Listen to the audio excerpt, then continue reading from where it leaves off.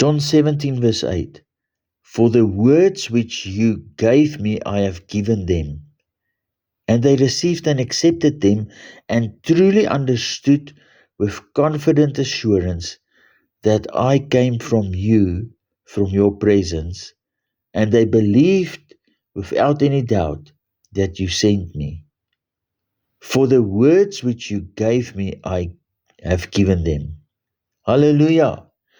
In verse 6, Jesus says to Father God that he made Father's name known to those given to him from out of the world. And here in verse 8, Jesus gives us the words that he received from the Father.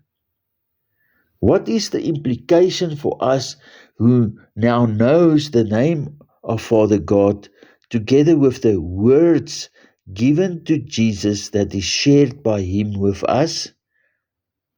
They develop within the receiver thereof a unmoved and unshakable faith, assurance that Jesus is the Christ, the only begotten Son of the living God, sent by the Father.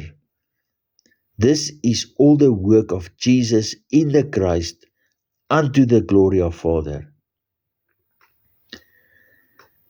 Thank you, Father, for your nature revealed to us by Jesus, the Spirit Word made flesh, that reveals the glory of the Son in us, that we are no longer participants of Adam in this world, but that we are participants of with Jesus in the Christ unto the glory of Father, one God and Father of us all.